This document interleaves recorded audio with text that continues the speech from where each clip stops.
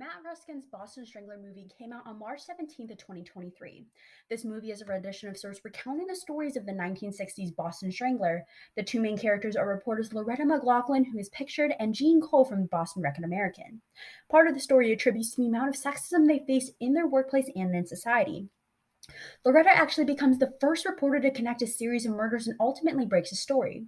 Eventually, Albert DeSalvo was considered to be the Boston Strangler, and even though he confessed to all 13 murders, police didn't have enough evidence to tie him, so instead he was sentenced to life.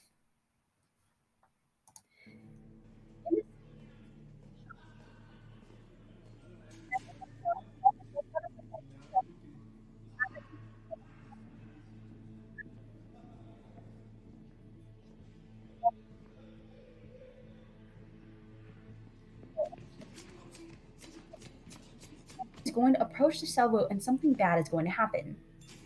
Aside from this moment, this idea was used several times to show something to happen when we follow a character.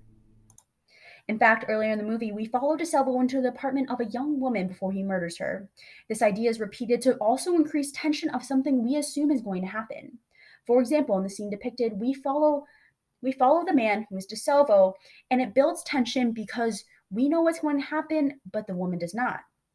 A tracking shot can also be used to put the audience in quote unquote the shoes of a character, even if the camera is placed behind. Earlier in the movie, when DeSalvo attacks the woman, we follow him, and in this way, the audience can see right into what's happening. During this semester, we watched the short film Frolic in May, which is about a girl whose pictures come to life. During this scene depicted the camera moving towards May similarly in a tracking slash dolly kind of shot, except for most of this film was actually filmed handheld. This also increases tension in combination with the discontinuity editing with May furiously scribbling a monster into the pizza box. This connects to the Boston Strangler movie because a couple times throughout the film they use tracking shots to follow a character through a tenuous moment.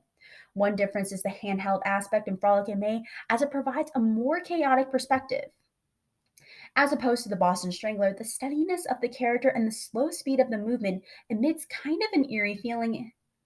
This is not just due to the subject matter itself, but it's also because of the filter over the film. With this discoloration and the slow, steady speed, it makes it seem a little uneasy. Usually, when we have a tenuous scene, it is either fast or slow, each of it having its own effect.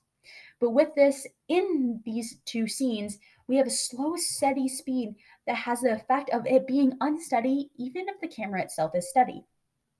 And with this, the Boston Strangler and Frolic in May use tracking shots similarly and differently.